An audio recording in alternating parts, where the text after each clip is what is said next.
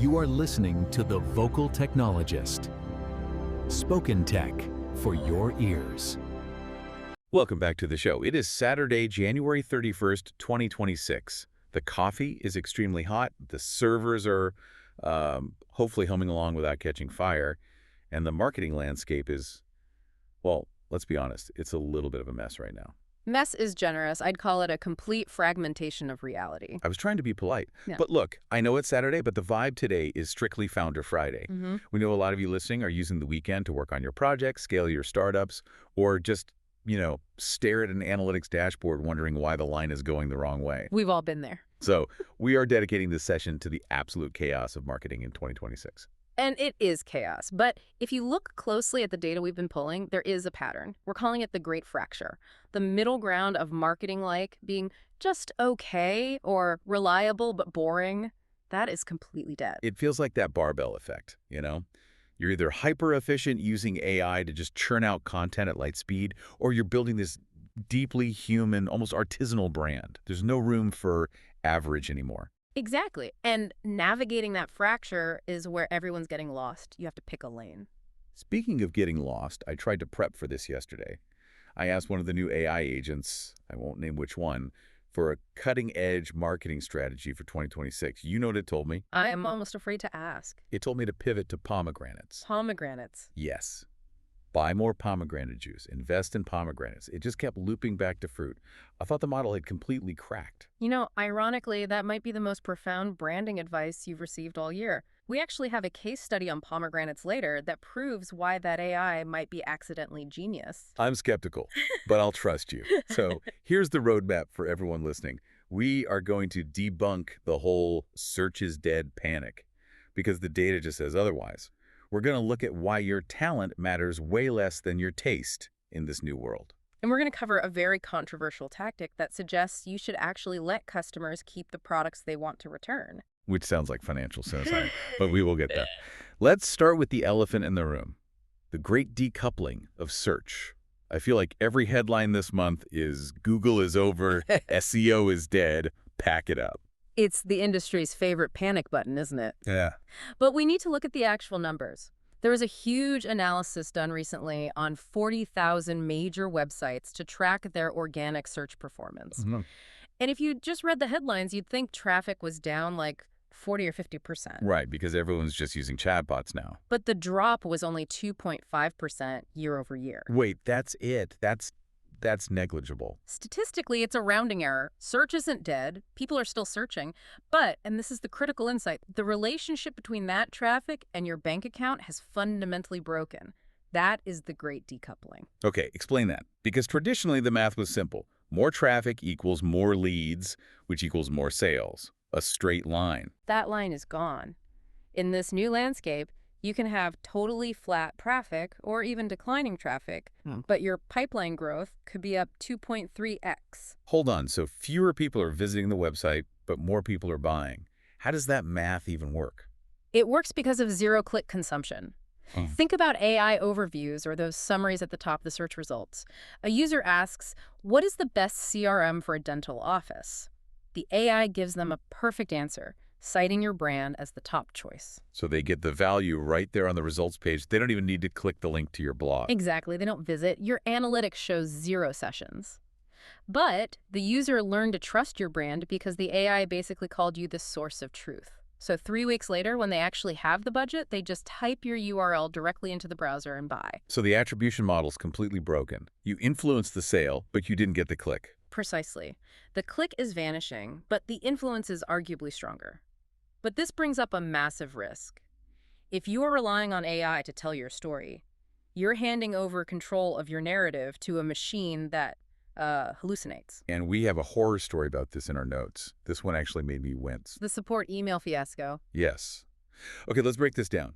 There's a company, a SaaS platform, that spent 6 months, full 6 months, flooded with angry emails from people demanding refunds, but these people weren't their customers. They had never bought anything from them. It's a total nightmare scenario. Imagine your support team just drowning in tickets for a product you don't even sell. It turns out Google's AI overview was hallucinating.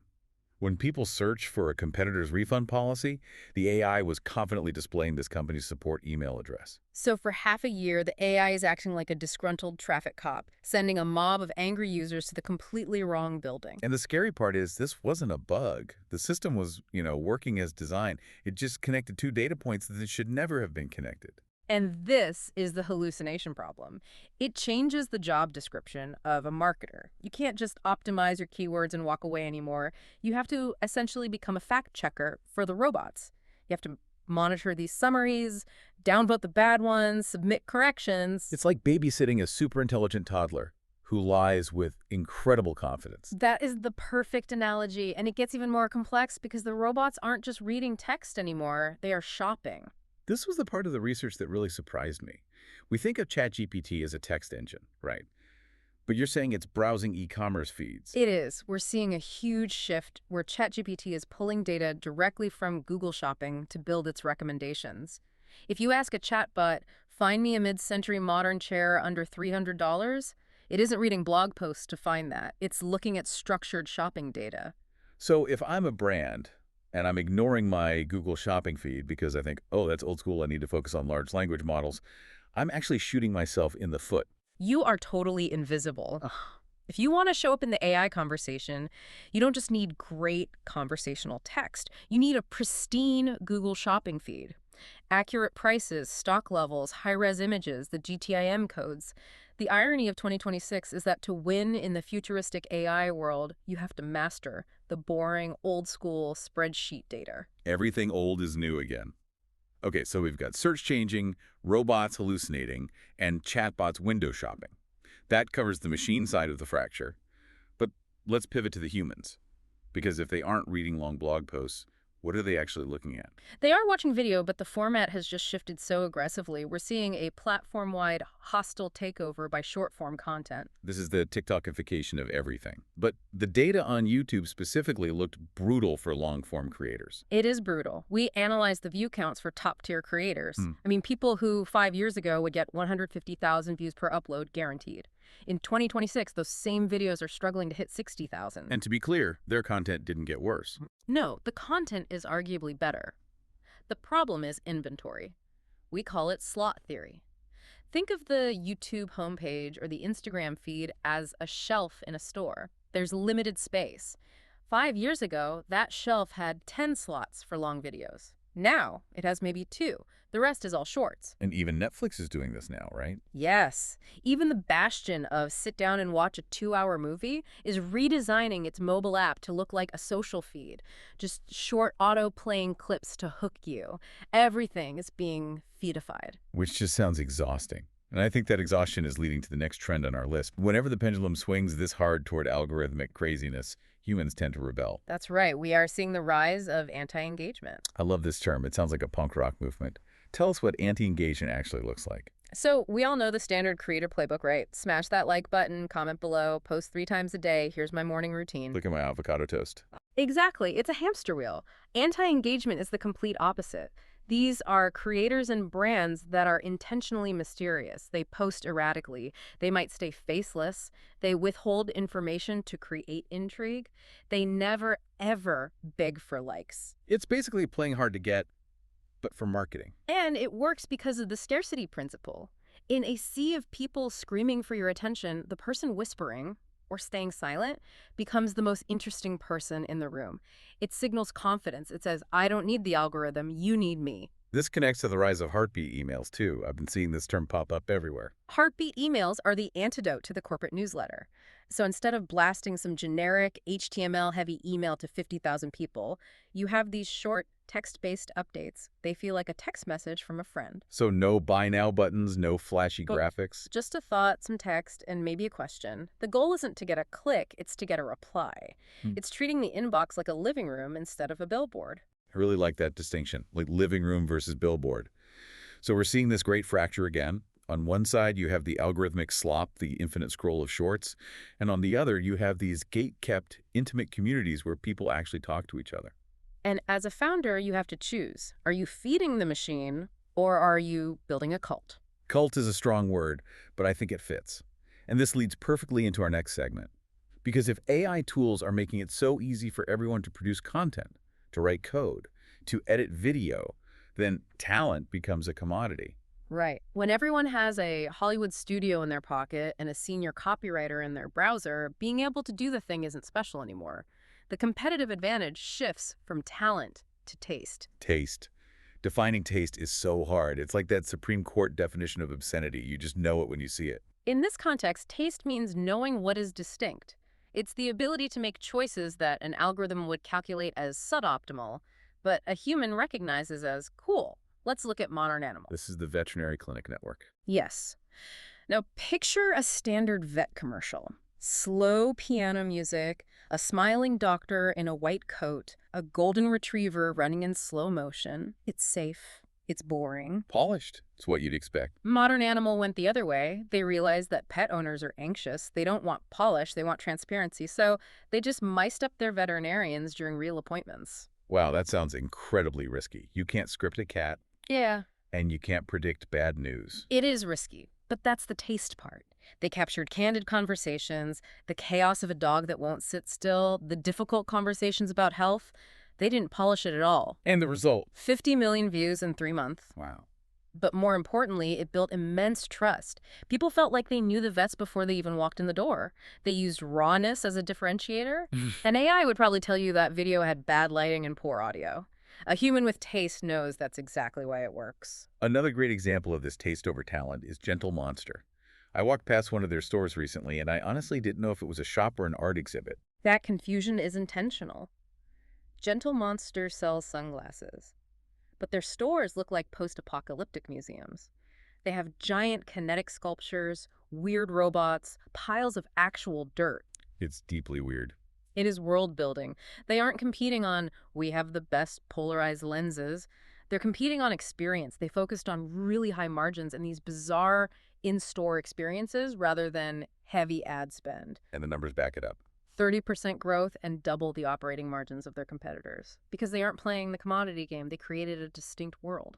Which brings us back finally to my pomegranate juice. The pomegranate redemption arc. Was the AI right? Should I actually be studying fruit? You should be studying Pia Wonderful, because 20 years ago, nobody cared about pomegranates. They're annoying to eat, they stain your clothes, they're just a hassle. A user experience nightmare, honestly. Exactly. But Pia Wonderful didn't just market a juice, they created an entire category. They spent $25 million on medical research before they really pushed the marketing. They designed that distinct bottle shape, the double bulb. You can recognize it from across the supermarket. And their copy was so aggressive. It wasn't tastes great, it was cheat death. Cheat death. That is a bold claim for a beverage, but that is taste. They understood that to sell a difficult fruit at a premium price, it needed to feel like a life extension technology, not just a drink. So the lesson isn't buy juice. The lesson is don't blend in. Own the supply chain, own the narrative, and be willing to be a little aggressive. Or a lot aggressive. By the way, quick aside, I was chatting with a friend who loves Vocal Technologist, and they mentioned they use this cheat death mindset for their own startup. Just go big or go home. It really is the only way to survive the fracture. Okay, I want to hit the tactical lightning round before we wrap up. We've talked high-level strategy search, attention, taste. But what are some counterintuitive wins people can use right now? Things that might make their accountant a little nervous, but will actually grow the business. Let's start with ungating content. The death of the lead magnet. Not dead, but rethought. For a decade, the rule was, you want my ebook, give me your email. The transaction. I give you data, you give me the PDF. But we looked at a team recently that analyzed their funnel. They had a 3% fill rate on their download forms. So 97% of people clicked, saw the form, said nope, and bounced. Which means 97% of their audience never saw their best ideas. That's a massive waste of influence. So they just took the gate down. They gave the content away. Open access. I can hear the sales team screaming, how do we call them? You don't call them yet. You let them read. And here's what happened. Their demo requests, so people actually raising their hand to buy, went up 265%. 265%. That is massive. And their cost per engagement dropped 90%. By stopping the hide-and-seek game, they built trust faster. People consumed the content, realized the company was smart, and then asked for a demo when they were ready. Stop hiding your best stuff. The invisible funnel is more powerful than the email list. Okay, hit me with the next one. This one is about returns, This is the returnless return. which sounds like a paradox. For e-commerce brands, returns are a margin killer. Shipping costs, restocking fees, inspecting the item, it's expensive. So some brands started testing a new policy. For items under a certain dollar amount, if a customer wants a refund, you just give them the money and let them keep the item. Just keep it. Keep it, donate it, give it to a friend. But doesn't that invite massive fraud? People just buying things to get them for free. You have to have controls, obviously. You don't do this for first-time buyers or high-risk accounts. But for your verified customers, the data shows that this increases repeat purchase intent by 2x. Double the intent. Think about the psychology. The customer feels trusted. They feel like the brand is on their side. Plus, you save on all the reverse logistics. You aren't paying $10 to ship back a $15 t-shirt. It's a psychological win that turns a negative experience, a return, into a loyalty moment. That is brilliant.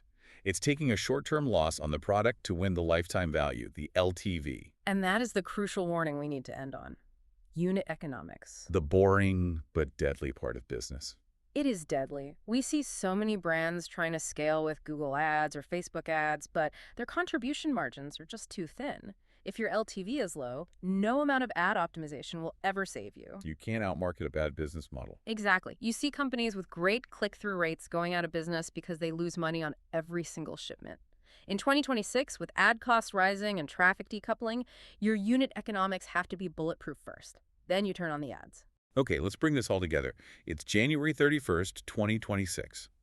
The world is fractured. The algorithms are hungry for short videos and structured data, but the humans are craving mystery and authenticity. That's the summary right there. You have to play two games at once. You need to fix your Google shopping feed for the robots so ChatGPT knows you exist. You have to be the fact checker. Correct. Feed the machines the structured data they need. Don't let them hallucinate your support email. But for the humans, you need to go the other way. You need to be mysterious, you need to have taste, you need to create content that feels like a mic'd-up vet visit or a weird sunglass museum. And stop hiding your value behind forms. Trust the user, even if it means letting them keep a refund. It's a lot to balance. But hey, that's why it's Founder Friday. If it were easy, everyone would do it. And nobody would need us to explain it all. True. So before we sign off, leave us with one final thought to chew on this weekend. Here is the big question I'm thinking about. We know AI is becoming the primary way people access the web. App spending on AI assistants just tripled. So ask yourself this. Are you optimizing your content for a search engine that lists websites? Or are you optimizing for an answer engine that builds a narrative about you? Ooh, that is the shift. From a list of links to a narrative. It's not about ranking anymore. It's about being the answer. I love that. All right, everyone, you've got your mission. Go feed the robots, but don't forget to be human. Go create something weird. See ya. Spoken Tech for your ears.